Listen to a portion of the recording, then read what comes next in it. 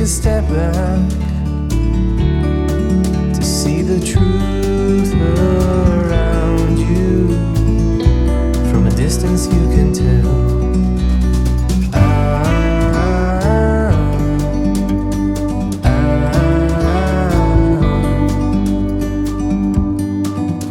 You and me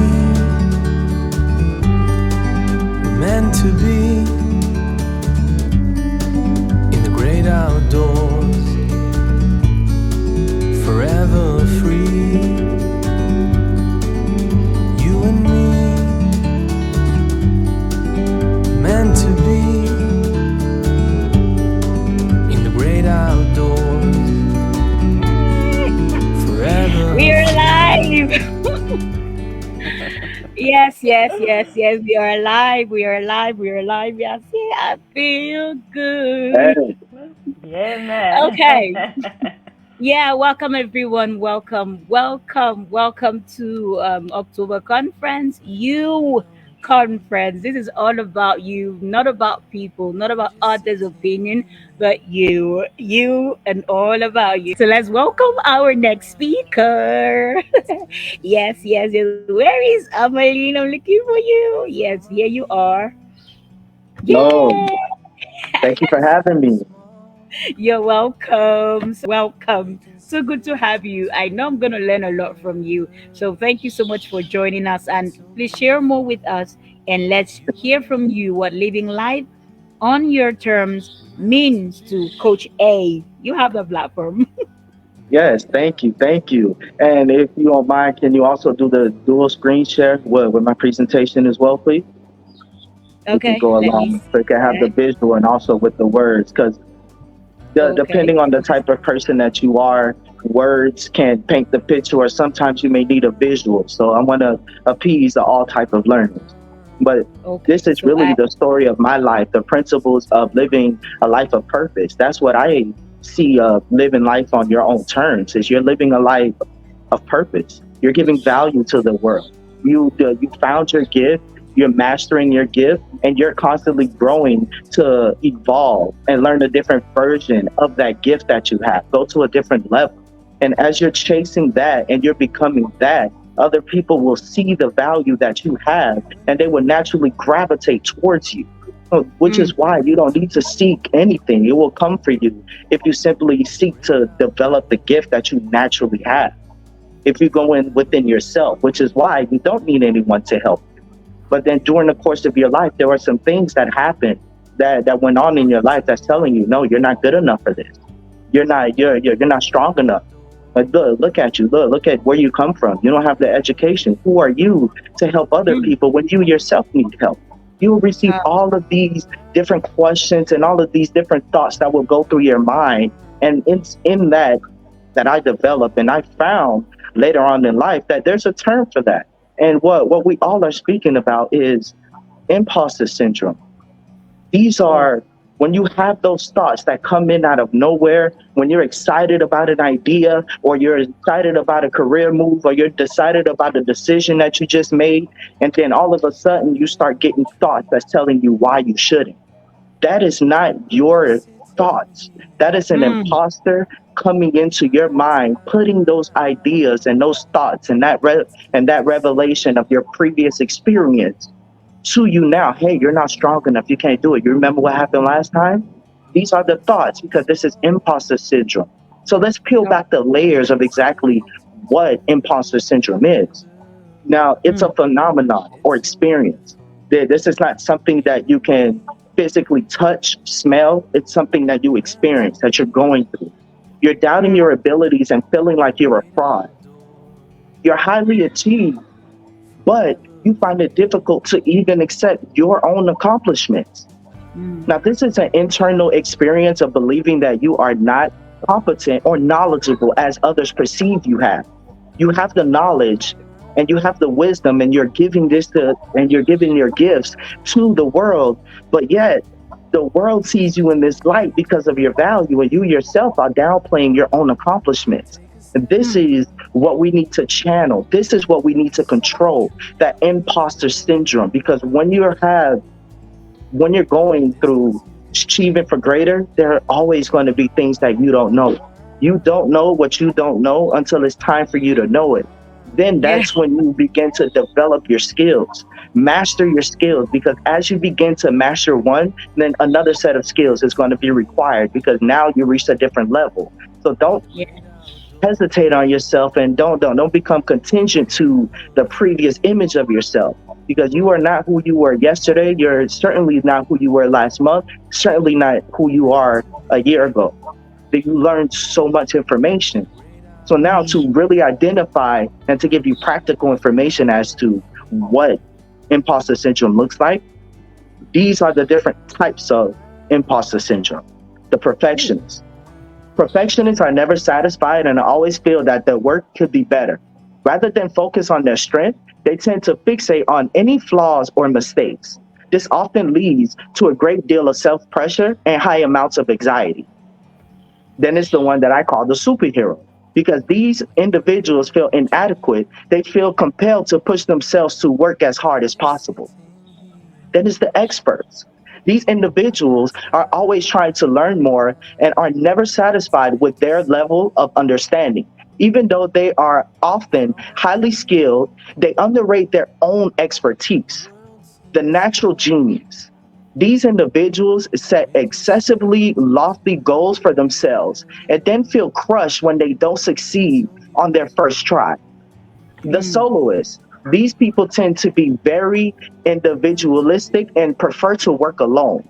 Self worth often stems from their productivity, so they often reject offers of assistance. They tend to see asking for help as a sign of weakness or incompetence. These are some of the traits, these are some of the things that you can see, catch yourself when imposter syndrome coming.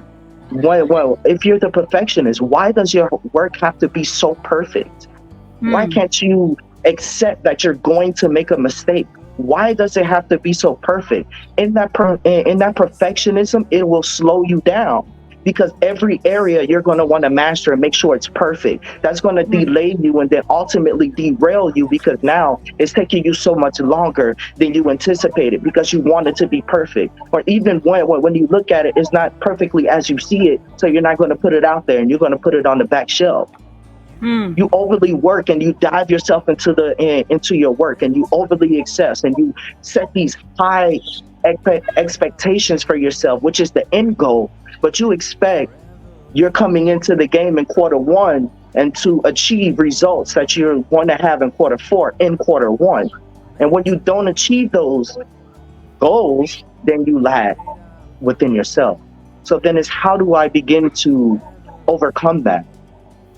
Well, you would first start with a self-analysis. Take a deep look into yourself. Look at yourself and speak with self. Now, if you're speaking about the direction in your life, if you want to know exactly why is my life here, lead with these questions. Am I truly happy with the direction of my life?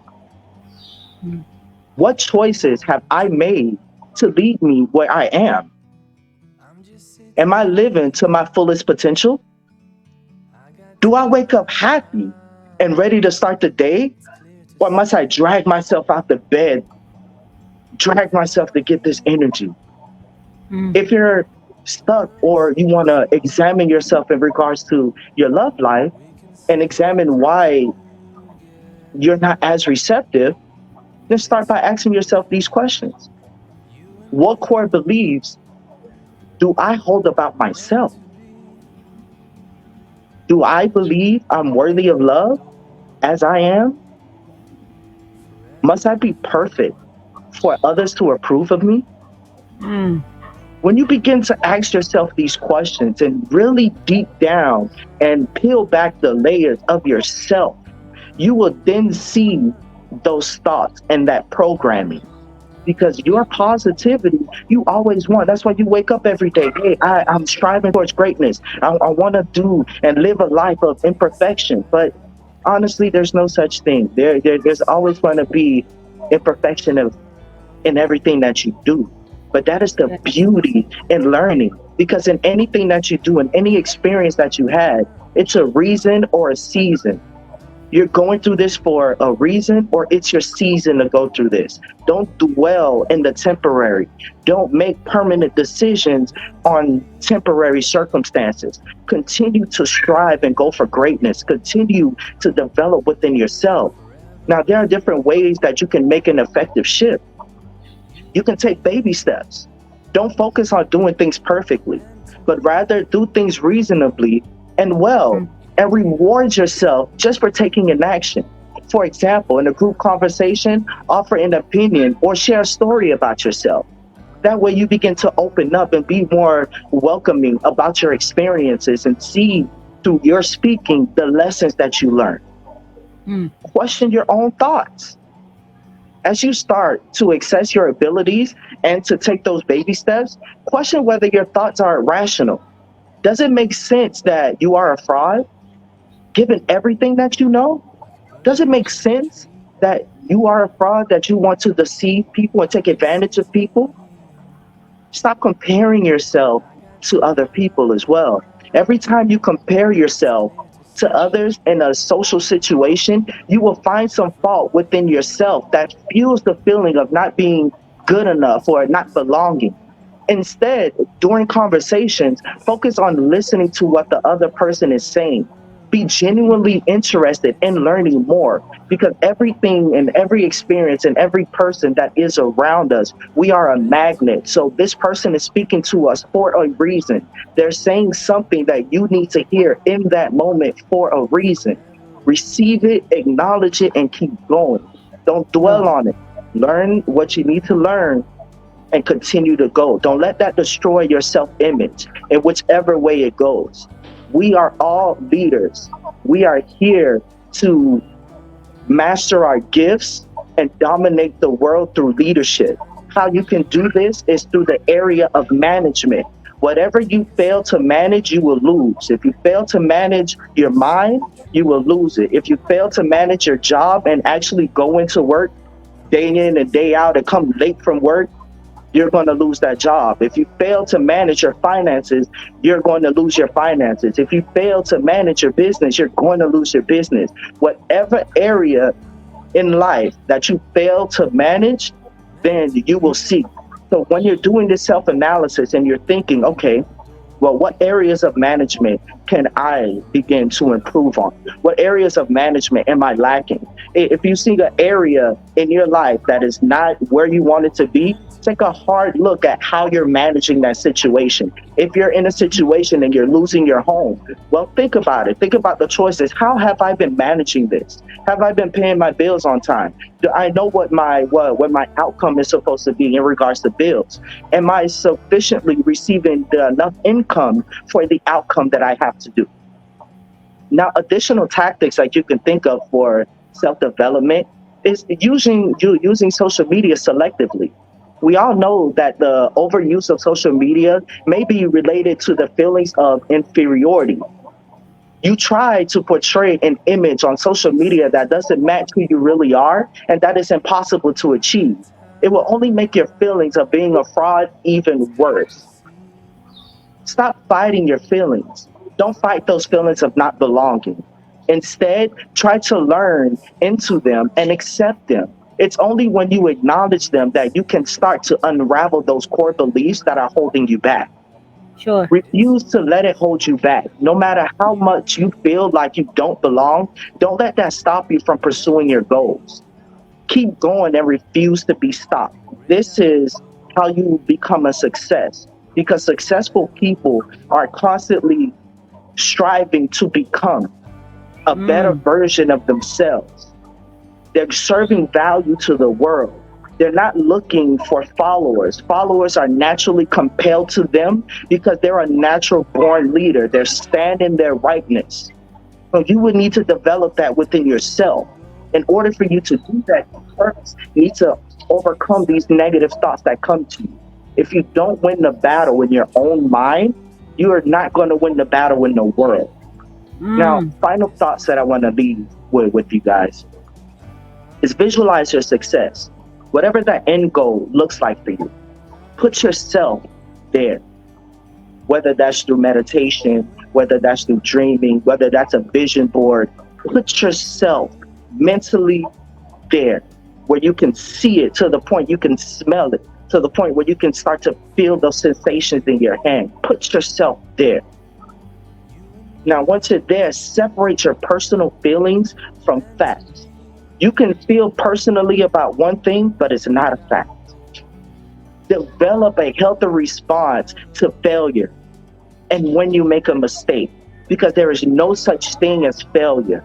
Failure is a lesson. You learn a ineffective way to do something.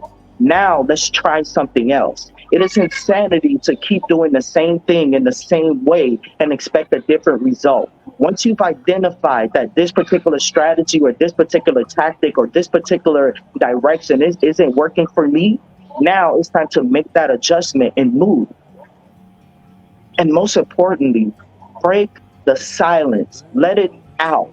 We are not machines. We constantly go through things and go through things and go through things and bottle it up and keep it inside and say, oh, this is my life. This is how it's going to be. This is how it's always been. And you keep that in within yourself. Let that out. Speak on it. Speak to other people. Share your experiences. Because before you have a testimony, you will first receive the first four letters in that word. And that's a test. You will receive a test before your testimony. So continue. Let people hear you. Let people see where you came from and where you are. And it's in that people will begin to pour into you, and you will begin to see, oh yeah, you are right. I did overcome that. Then you'll have those thoughts begin to retrain. So this is my time. I didn't want to take up too much, but I did want to give you this value, because these are the principles that helped me from overcoming. Because statistically, as a child, I grew up with two Haitian immigrants. And those two Haitian immigrants, they grew up in Miami, Florida, in an impoverished area. My mother was handicapped. My father was struggling, working two jobs just to pay the bills. And it wasn't even enough on most days to give a good dinner. I found myself consistently eating white rice and honey. So coming from a background like that, where I didn't have access to information, to wealth, and everybody around me, well, this is my lot. You're going to work, get a job, you're going to do this, keep your head down, smile at all times, don't try to cause disruption, keep everything to yourself, be strong, and keep going, keep your head up. These are the things that I went through. And it sounds familiar because we all go through them. This is the training in life, that programming in life that you will go through and that you're going to have. Just like what was said earlier. If you don't program yourself and program your mind, the world is already designed to program you to be a functioning employee. So are you going to be that person that's going to break away and be that light? Or are you going to follow the mold? Because either way, it's good for you. Whatever you accept is your reality. Like, this was my time, and thank you for having me. Yeah, thank you so much. I'm just sitting here. All right, use a round of applause. Let's just I got time. It's clear to see from up here. The world seems small.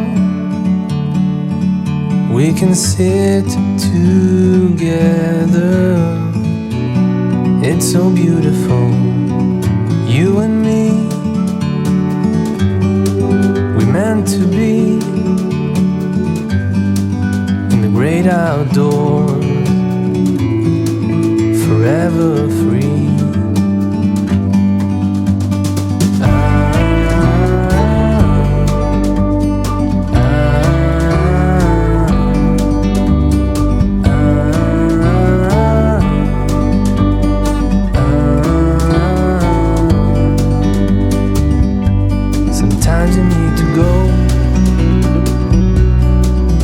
Take a step back